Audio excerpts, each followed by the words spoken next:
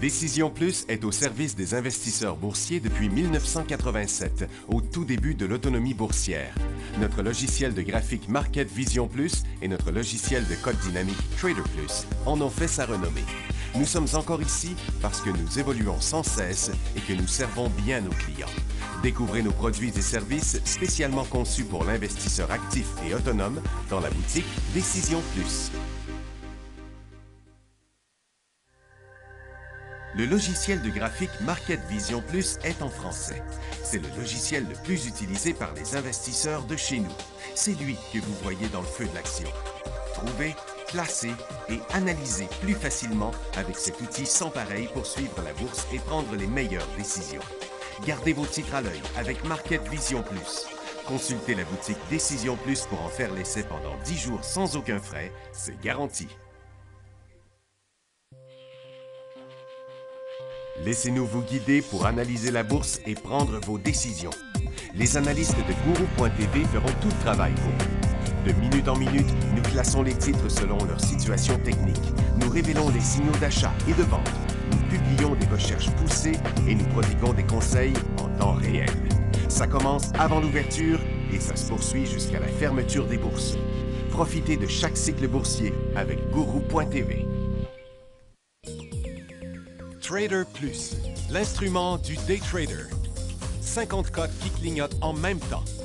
Autant de listes que vous voulez. Graphiques à la seconde. De 3 à 30 graphiques. Des alarmes à volonté. Des listes de codes préparées. Des modèles graphiques préparés. Prêts à faire feu. Achetez, vendez avec Trader Plus.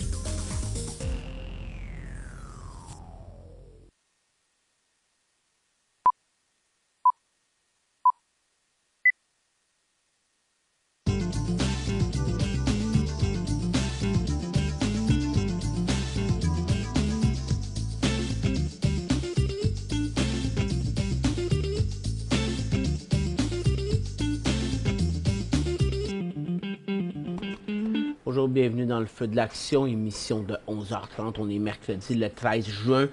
On n'a pas beaucoup de mouvement aujourd'hui. On a un très léger rebond sur Nasdaq, 0,5% environ. On a dégonflé un petit peu. On a dégonflé pas mal de 10h30 à 11h. On a rebondi un peu. On reste comme dans un couloir baissier quand on regarde notre intra-séance. Sur le Dow, on a fait des nouveaux sommets à vie. Aujourd'hui, on les a effleurés. Mais est-ce qu'on va décoller encore aujourd'hui? J'en suis pas convaincu. Du côté du S&P 500, on est complètement neutre. À Toronto, moins 50 points, on met de la pression à la baisse. Tant qu'on n'ira pas là, à 15 200, que ce ne sera pas clairement une fermeture sous les 15 250, il n'y a pas trop de danger. On est d'ailleurs en train de rebondir. Pourquoi je ne pense pas qu'on va aller beaucoup plus loin sur le Dow? Si on va plus loin, ça ne sera pas aussi intéressant qu'on pourrait le croire. C'est vraiment à cause de demain, du FOMC. Donc, en contre, la Fed demain va annoncer fort probablement à 14 h une hausse du taux directeur, la troisième depuis que Trump est devenu président des États-Unis. Il y en a eu une en décembre 2015, une en décembre 2016, une en mars 2017, puis il va en avoir une en juin 2017. Les membres de la Fed prévoyaient 3 hausses de taux en 2017, donc en faisant 2 dans les premiers 6 mois, bien, ils se donnent une marge de manœuvre pour les deuxièmes 6 mois. On sait que les rapports d'emploi américains, surtout ceux du gouvernement, n'ont pas été très bons dans les 3 derniers mois. Le marché, là, c'est à 96% des participants qui pensent qu'il va y avoir une hausse de taux. Donc, ce côté-là, je pense qu'il est pas mal réglé. C'est pas mal la raison pour laquelle aussi, là, quand l'or avait décollé ici ou poussé, puis que le secteur avait monté aussi, on avait dit prudence, prudence, prudence. J'avais dit, je pense que dans les jours qui vont suivre, on pourrait revoir l'or redégonfler. C'est exactement ce qu'on a vu. Ce qui est important demain, donc, c'est pas la hausse de taux. Demain, c'est moi ce que j'appelle les super Fed. C'est les rencontres de la Fed où on a aussi les prévisions des membres de la Fed sur le nombre de hausses de taux qu'ils voient dans l'année en 2018 puis en 2019. Ça va être important pour voir s'ils n'ont pas changé leur trajectoire ou leur perspective. Après ça, on va avoir les prévisions pour la croissance du PIB.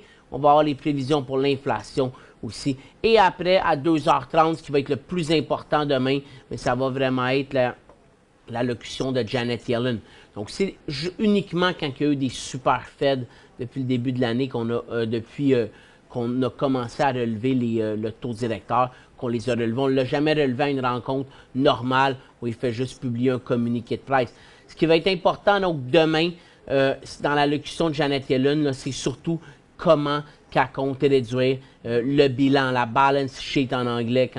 Donc, en fin de compte, on le sait qu'aux dernières rencontres, les dernières minutes, là, la publication des minutes qui se fait tout le temps à peu près 2 à 3 semaines après la rencontre du FOMC, c'est comme un résumé de la rencontre écrit.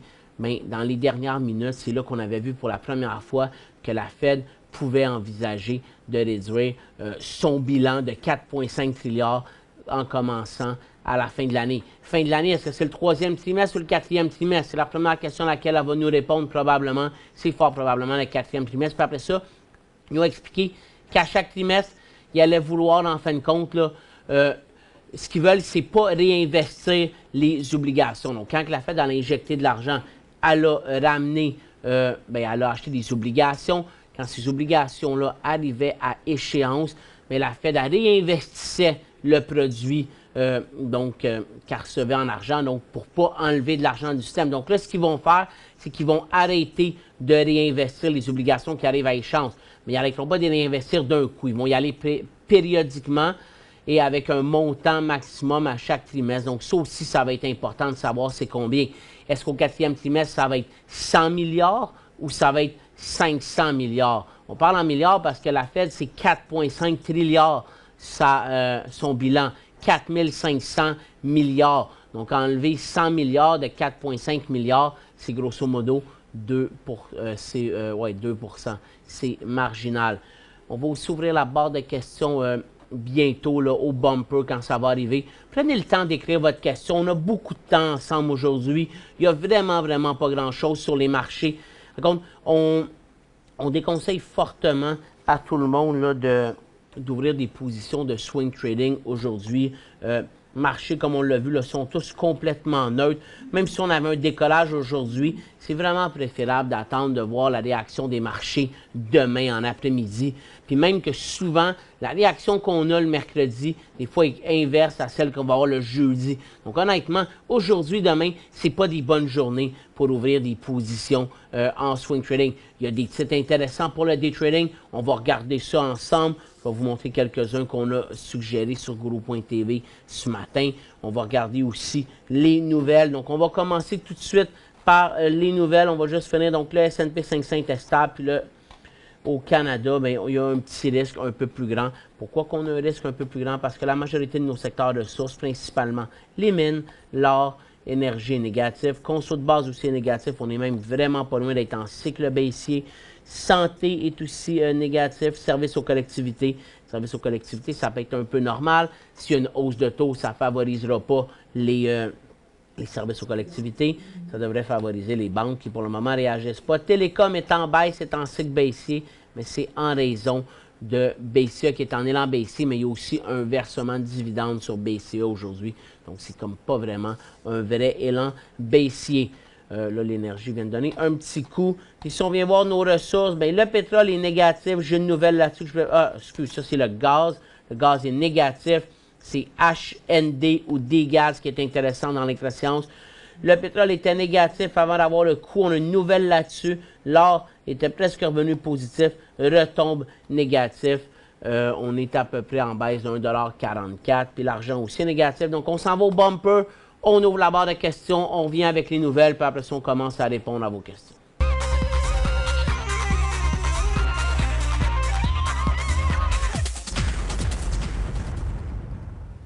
Oh, excusez-moi. Donc, dollar américain est en légère baisse aujourd'hui. L'euro est stable. Le pound est en rebond. Le dollar canadien rebondit fortement. En fin de compte, là, il y a eu des commentaires de la numéro 2 de la Banque du Canada hier. Elle a dit qu'il ne fallait pas compter sur une hausse de taux prochainement, mais avec le fort rapport d'emploi qu'on a eu vendredi, vous vous souvenez, on a créé 55 000 emplois au Canada. C'est l'équivalent que si on en créait grosso modo là, 500 000 aux États-Unis, une proportion là, toutes proportions regardées, sont à peu près 10 fois plus que nous. Est-ce qu'on a déjà vu 500 000 emplois créés aux États-Unis? Ça fait vraiment, vraiment longtemps si on l'a vu, puis j'ai pas mémoire. La dernière fois, on a eu, là comme 4 mois, 380 000, puis c'est un chiffre vraiment élevé. Donc, le 55 000 au Canada de vendredi, il est impressionnant. Et c'est pour ça, avec ses commentaires, même si elle a dit qu'il ne fallait pas s'attendre à une hausse de taux, les probabilités d'une hausse de taux en 2017 sont passées de 22 % avant le rapport d'emploi à 75 %. Donc, on voit que ça a triplé les probabilités. C'est pour ça que le dollar canadien est en hausse depuis 2 jours. Si on le voit aujourd'hui, il a ouvert là, il ne fait rien depuis. C'est aussi positif pour les vacances de n'importe qui va aller aux États-Unis. Le yen fait rien. Donc, comme je disais, hein, les marchés sont en attente de la Fed demain. Nikkei, 0. En Chine, on chutait hier en raison de la baisse des titres de techno. On rebondit légèrement aujourd'hui. On reste quand même plus à risque, plus en gain. Pour l'instant, on a inversé notre couloir haussier. Mais rapidement, on pourrait revenir à la hausse si les États-Unis repartent en hausse demain. À Londres, on est complètement à 0. On avait l'inflation qui est en légère hausse de 0,2 à 2,9 %. 2,9 %, c'est probablement le pays du G7 qui a l'inflation la plus élevée en ce moment. Puis on s'attendait à 2,7 %. Donc, si on dépasse les 3 %, probablement que l'Angleterre n'aura pas le choix peut-être de relever les taux. Mais ça va être compliqué parce qu'en même temps, avec la dernière élection, le Parti conservateur qui a été affaibli, les négociations qui entament avec l'Union européenne pour le Brexit, ça rend la situation d'une hausse de taux difficile, mais si l'inflation continue de surchauffer, on n'aura pas le choix. On avait Dominion Diamond comme résultat financier. Le titre, il y a une offre d'achat dessus.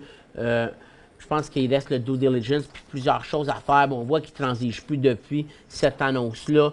On a fait une perte de 9 sous, on s'attendait à 5 sous. Le pétrole, même s'il a rebondi, là, on avait les producteurs de l'OPEP qui ont augmenté de 336 000 le nombre de barils produits en mai. C'est la Libye, le Nigeria et l'Irak qui ont pompé davantage.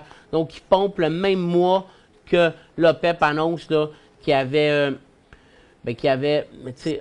étendu l'échéancier de garder les niveaux de production plus faibles jusqu'en mars 2018. Donc, pour le moment, il commence à y avoir quelques pays qui tentent un petit peu de tricher. Mais c'est certain qu'un pays, exemple comme le Nigeria, là, qu'il y a 80 à 90 % de ses revenus du pays qui proviennent du pétrole, lui, quand il faut qu'il produise moins puis qu'il voit le prix du baril descendre aussi, ça veut dire que c'est ses revenus qui descendent. Donc là, il peut tenter de produire un peu plus pour compenser cette perte-là. Si le pétrole était plus élevé, ces pays-là, ça leur dérangerait moins de produire moins, parce qu'ils diraient au moins je fais plus d'argent par baril. Mais là, ce n'est pas le cas. On a une nouvelle aussi sur PSDV Corporation. Oui, c'était positif quand la nouvelle est sortie.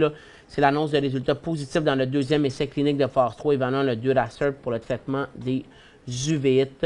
Et quand on le regarde avec leur séance, juste pour vous montrer cet exemple-là.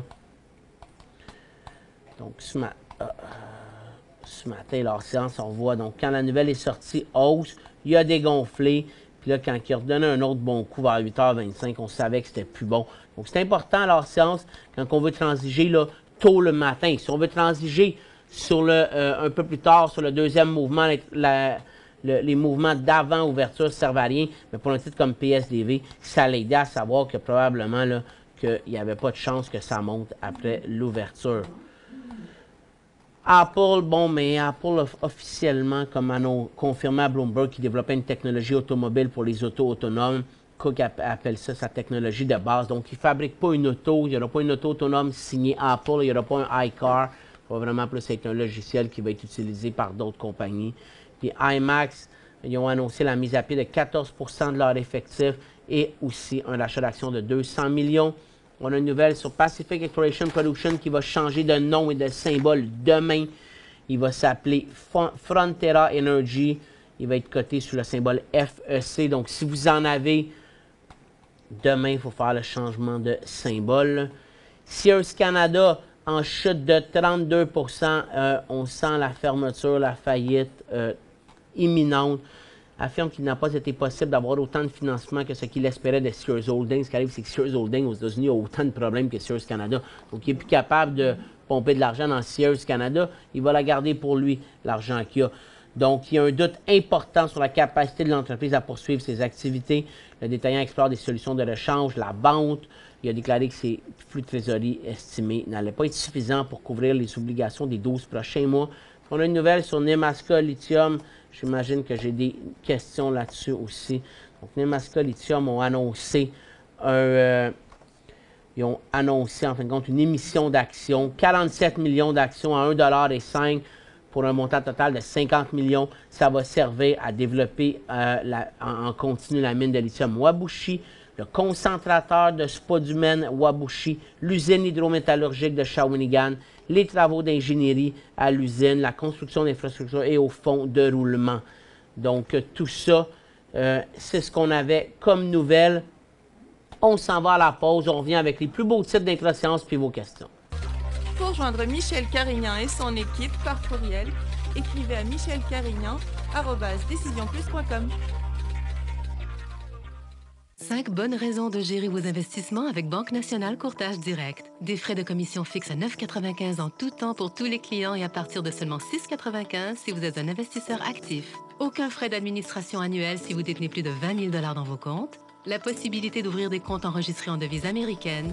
Des outils performants afin de faciliter vos prises de décision. Un service à la clientèle primé et un niveau de satisfaction parmi les plus élevés de l'industrie. Pour en savoir plus, visitez le bncd.ca ou appelez-nous dès maintenant.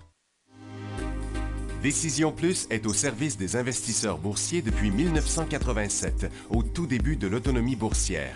Notre logiciel de graphique Market Vision Plus et notre logiciel de code dynamique Trader Plus en ont fait sa renommée. Nous sommes encore ici parce que nous évoluons sans cesse et que nous servons bien nos clients. Découvrez nos produits et services spécialement conçus pour l'investisseur actif et autonome dans la boutique Décision Plus.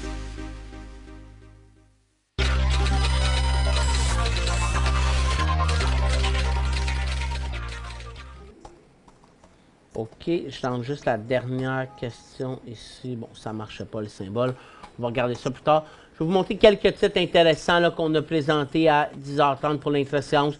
Donc, il y avait des gaz. Le gaz, on a vraiment l'impression qu'il était presque en décollage. Il a dégonflé un petit peu, mais ça reste à surveiller. On va regarder ça en 3 minutes.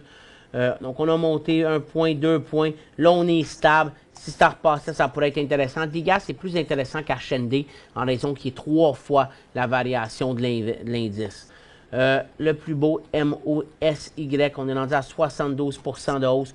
Donc, vraiment, on a eu point d'entrée ici, ici ou ici. On vient d'en avoir un à 2,53, on pourrait l'acheter à 2,57. On sortirait vers les 2,40 $. C'est quand même une perte un petit peu intéressante, mais vraiment, le titre est intéressant. Gros volume, classique. Tidewater, lui, n'a pas vraiment progressé depuis. Il faut attendre le prochain mouvement, 92 sous. On pourrait se rendre à peu près jusqu'à 99, donc c'est quand même presque 10 %. Lui, il avait dégonflé complètement. Intrépide Potash, c'est le deuxième plus beau titre de la journée. Lui, là, c'est un élan haussier. Idéalement, là, c'est en intra-séance qu'il fallait l'acheter ici, ici, ici ou ici. Ce que j'ai dit aux clients, c'est que si on l'achetait, je pense qu'il faut avoir une mentalité d'intra-séance, à moins qu'il finisse en haut des 2,75, 2,80. Mais quelqu'un qui l'aurait acheté vers les 2,55 $, s'il finit à 2,75, ça lui donne 20 sous, presque 5 %. Donc, il peut se permettre de le garder. Mais sinon, le problème, c'est parce qu'en swing trading, la perte est énorme. Donc, si on l'a acheté ici, on prend un profit, on le conserve, puis si demain il dégonfle, on va en prix payé. On ne peut pas l'acheter, puis dire, ça va être du swing trading, puis je vais risquer 70 sous. Donc, c'est vraiment important de garder en tête que c'est du day trading sur un stock comme Intrépide Potash. Et après ça, il y avait aussi NK. Lui aussi, il faut attendre le prochain mouvement. Il y en a des nouveaux de publiés. Pour ceux qui sont sur Group, Pultec Group, ça c'est constructeur à la maison, il est en élan, mais ça ne varie pas beaucoup. Donc, quand même, plusieurs questions. On va aller répondre à ça. On va commencer par CCL.B. 1250, payé 62. Donc, vous avez acheté ça à peu près ici. Vendu 400 à 71,32. Bien, la balance, ça c'était excellent. Hein? Vous avez vendu comme presque au sommet. Bien, 71,32. Donc, vous avez vendu probablement à, au sommet. C'était un coup parfait parce que je vois que c'est 71,32. Pour l'instant, on conserve. Servez-vous de la ligne de tendance. Donc, en bas là, de 64,50, ça commencerait à être le temps de sortir de la position. Il vous en reste 850. Si vous voyez d'ailleurs qu'il se stabilise, vous pourrez toujours en prendre un deuxième profit. C'est quand même toujours presque 10 %. Puis s'il redonne un autre coup, mais là, vous pourriez attendre. Mais pour l'instant, je serai patient avec ça. Air Canada, acheté à 9 $, que faire? Mais là, vous ne me dites pas si vous en avez vendu ou pas. Moi, à 17,60 $, je pense que ça pourrait valoir la peine de prendre un premier profit. Sinon, la chose que vous pouvez attendre, c'est de vous dire, j'attends qu'il ferme sous mon support de 17,30 $. Donc, s'il ferme à 17 ou dans ce coin-là, je prends absolument un profit avant la fin de la journée, puis on verra le reste. Moi, j'en prendrais la moitié. Donc, je pense que la meilleure stratégie, ça serait ça. 17 $, vous allez presque doubler votre argent. Vous prenez un profit, puis après ça, vous allez pouvoir vous permettre d'être un peu plus patient, mais avec le titre, de voir si après ça, où il se corrige, puis après ça, d'attendre la deuxième stabilisation. S'il repart, on conserve. S'il redécroche une deuxième fois, on pourrait tout flusher ou au moins une deuxième partie. Je vais laisser Michel répondre à cette question-là dans les prochains jours.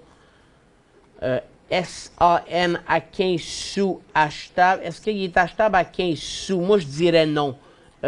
C'est dans l'énergie solaire. Ce que j'aime pas, c'est que j'aime pas acheter des titres de petite capitalisation sur des supports. Ce titre-là a autant de chances d'aller là que d'aller là. Donc, j'aime mieux payer 17,50 $ en décollage que 15 sous avec un support coup-ci, coup-ça. GEN, achat prix moyen à 31 sous. Bien, l'analyse me dit, vous l'avez payé ici. Donc, je ne sais pas où vous l'avez acheté. Si c'était ici, vous avez manqué votre chance. Il y avait possibilité de fermer là, là, là, là, là. Ça en fait beaucoup de points de sortie. Alors, même si je vous disais, on sort à 15 sous, c'est décroche, pas sûr que vous allez le faire. Alors, je pense que vous devez juste espérer un rebond en ce moment. Mais à 15,5, c'est une autre sortie de votre titre. BTE, ben, c'est vraiment juste un rebond. Regardez le secteur énergie. Là, il passe à la hausse, mais il y a le Dow qui vient de faire un nouveau sommet à vie puis qui vient de décoller. Pour moi, puis le pétrole qui continue son rebond, peut-être quelque chose qui est sorti dernièrement. Mais BTE, non, je ne le trouve pas intéressant à acheter. Peut-être à 4 $. Sinon, ça serait vraiment du day trading. D'après moi, vous pouvez trouver des titres plus intéressants que ça en ce moment dans le secteur énergie. DRWI, un short à 1,58 $. Vous l'avez vendu achète pour un short trade. Ah! Bien, premièrement, il faudrait vous assurer que vous allez être capable de vendre à découvert ce titre-là en bas de 3 $. Souvent, ça va demander beaucoup plus de marge. Puis, ça se peut aussi que votre courtier vous refuse. Donc, je m'informerai avant de penser à un short trade. Mais à 1,58 $, moi, je ne l'aurais pas fait. Peut-être à 1,34 $ quand il serait reparti à la baisse. Mais je ne trouve pas que c'est un titre intéressant pour la vente à découvert. Il ne transige pas du tout non plus. Il faudrait peut-être au moins regarder celui de Nasdaq. NMX 10 à 1,10 $. Oui. Bien, je pense qu'en ce moment, là, s'il touche 1 $, il va falloir sortir de la position. Puisque c'est une émission d'action, moi, j'attendrai de voir ce qui va arriver demain. Bon, vous êtes collé sur votre prix quand même, sur votre prix payé. Je ne sais pas quand vous l'avez acheté, là, mais c'est le genre de titre, quand il a touché sa ligne de tendance ici, qu'il aurait dû avoir un profit qui aurait été pris. Si vous en aviez pris un aujourd'hui, vous pourriez sortir de la position puis vous feriez de l'argent. Donc, c'est simple. Hein? Si on fait un nouveau bas, je pense qu'il faudrait sortir. Si vous êtes nerveux, vous prenez la perte de 3 sous. Moi, j'attendrai à demain. On voit souvent les titres, émission d'action, tombe sur le prix de l'émission, rebondit par la suite. Ici, c'est une longue question. J'aurai des fonds disponibles d'ici vendredi. Et quel titre privilégié entre, ou si je dois en différer, achat REI.UN à 25,38 ou BPF.UN ou ben, en fin de compte, les points UN, là, ça va dépendre en gros de la réaction du marché par rapport à la hausse de taux puis les commentaires de Janet Yellen. S'ils décrochent tout, je les achèterai pas, ces titres-là. S'ils repartent à la hausse, exemple, à 25,38, ça reste quand même complètement dans la formation-là. Donc, vous voulez les acheter sur le support. Donc, ça va vraiment être important de voir ce qui va arriver mercredi. Si les supports sont défoncés, on n'y va pas. Si les supports résistent, mais vous pourrez peut-être même avoir un meilleur prix. C'est un peu la même chose avec BPF.N. C'est vraiment pas des titres qui transigent beaucoup. Je ne sais pas si vous achetez ça pour les revenus mensuels que ça peut procurer. Mais je surveillerais vraiment la réaction des titres américains dans l'immobilier, puis des titres canadiens, puis de comment les taux bougent aussi aux États-Unis, là, avec TLT, exemple. On s'en va à...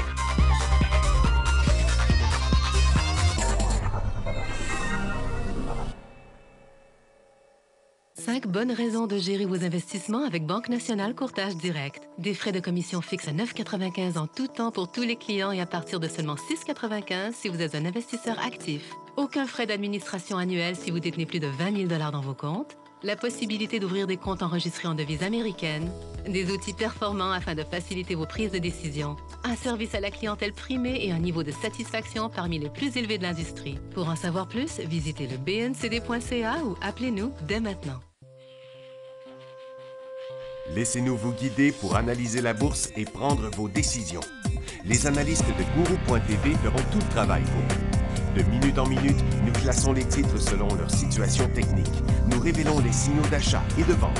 Nous publions des recherches poussées et nous prodiguons des conseils en temps réel. Ça commence avant l'ouverture et ça se poursuit jusqu'à la fermeture des bourses. Profitez de chaque cycle boursier avec Guru.tv.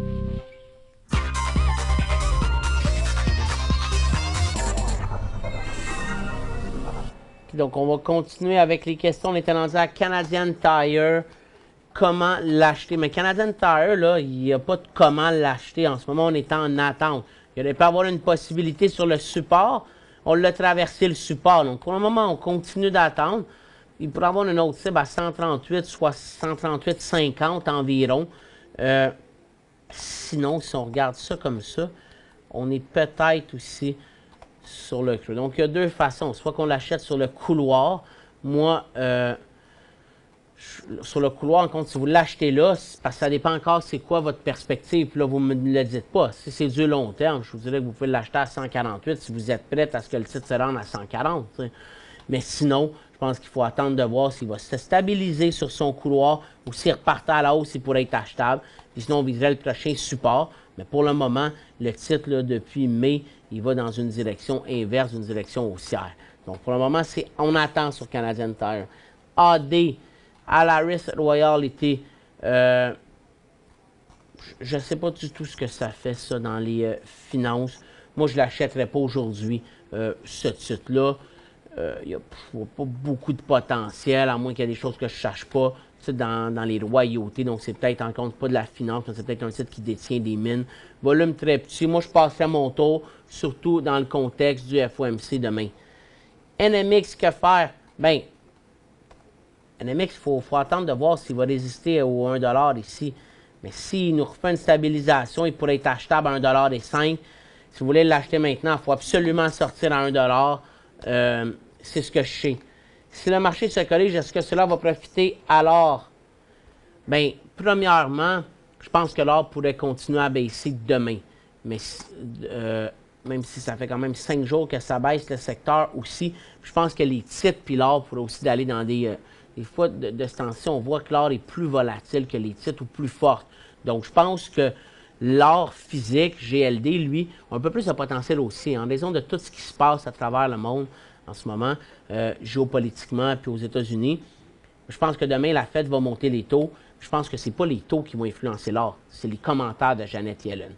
Puis, est-ce que si le marché se corrige, ça, c'est la grande question, là, mais pour l'instant, le marché se corrige à peu près une journée habituellement, puis il repart à la hausse. Donc, pour l'instant, j'attendrai vraiment d'évaluer les commentaires de Janet Yellen demain pour voir la direction que les orifères vont prendre.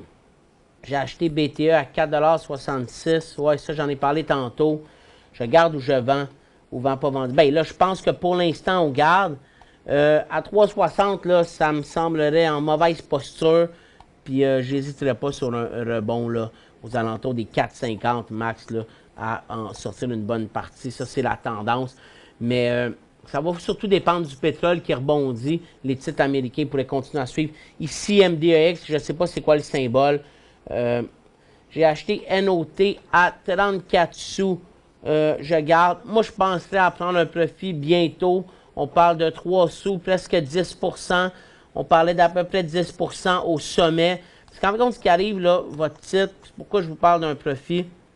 On prend le couloir. S'il décroche, vous êtes à 34 sous automatique. En fin de compte, si vous attendez, en ce moment à 35 sous, on vend à 100 %, puis vous couvrez probablement les frais de transaction. Si vous prenez un profit vers le sommet, là, 38,5, 39, mais à ce moment-là, au moins à 35 sous, vous allez vendre la deuxième partie, mais vous allez avoir fait un petit peu plus d'argent. J'ai acheté 2000 HVE, j'attends la débâcle. Ben, moi, je pense qu'il n'y aura pas de débâcle sur le marché, honnêtement. Le marché n'est pas parti pour ça. Le vrai VIX est à 10,06 $. C'est près de ses bas à vie. Il n'y a rien qui semble empêcher le marché de chuter. Puis quand il chute, c'est une journée, ça repart. Donc, moi, je pense pas que c'est correct. Mais je suis risqué d'avoir du HVU demain avec le FOMC, honnêtement. Est-ce normal que lorsque je tente de revoir l'émission en différé, il n'y a pas de son? C'est pas normal. Vous pourriez appeler notre équipe technique pour vérifier avec eux. Puis on va vérifier aussi de notre côté à nous. WSP et CAS ici. Est-ce le moment des acheter? Non, non. C'est lui, il est en hausse, il continue, mais il n'y a pas de point d'entrée. Le point, c'était vraiment ici à 49,22 ou à 50,32 les derniers points. Pour Cascade, on va le rentrer, Cascade, dans le bois. Cascade non plus. Cascade, j'attendrai en haut des 17,40. Sinon, ça serait sur faiblesse à 15,13. 20 000 KT. Si on a une nouvelle à tous les jours, une question à tous les jours sur KT, c'est la réponse, ça ne change jamais d'une journée à l'autre. Vous les avez achetés à 47 sous, il est à 56. Vous faites 9 sous, vous faites 20 %. Moi, je vous dirais, on prend un profit. Parce qu'encore une fois, si ce corrige, ce titre-là est à 50 sous, vous venez de perdre 50 % de votre profit. Donc, vous allez faire moins de 10 %. Moi, je prendrai un profit ici, aujourd'hui. Et après ça, ben, si on regarde à peu plus long terme, je dirais que vers les 60-62, ça pourrait être un autre point d'arrêt. Mais moi, je prendrai un profit avant qu'il soit trop tard. Ce titre-là va chuter plus rapidement que le temps que vous allez avoir le temps de prendre un profit. Il peut monter aussi plus rapidement. Mais le principe de prendre un profit, c'est de se protéger pour une chute. Parce que s'il passe à la hausse et qu'il va vite, bien ça, c'est pas grave, on est content. Mais quand il décroche à la baisse, c'est là qu'on est le moins. Donc, je pense que j'ai le temps de répondre à une dernière question. Elle est un petit peu longue, hein? Donc, ça va s'arrêter là-dessus, l'émission. Je vous souhaite tous une bonne fin d'après-midi. Donc, les marchés, le Dow a fait un nouveau sommet à vie. Nasdaq ne fait rien. Je pense toujours qu'aujourd'hui, on devrait se concentrer sur le day trading. Demain matin aussi, attendre de voir la Fed passer. C'est vraiment une rencontre importante. C'est la rencontre aussi de mi-année. Moi, je pense que ça peut être important pour le marché. Il faut aussi vérifier les gros titres du Nasdaq en notre top 5. Apple, le rebond est vraiment faible aujourd'hui par rapport aux autres. Les autres sont un peu plus forts, mais c'est aussi ces 5 titres-là, là, les 5 premiers, qui vont un peu décider de la direction du marché, du Nasdaq puis du S&P 500 surtout. Puis les banques et les titres financiers vont être à surveiller demain avec le FOMC. Je vous souhaite une bonne après-midi. On se revoit demain 11h30 dans le feu de l'action.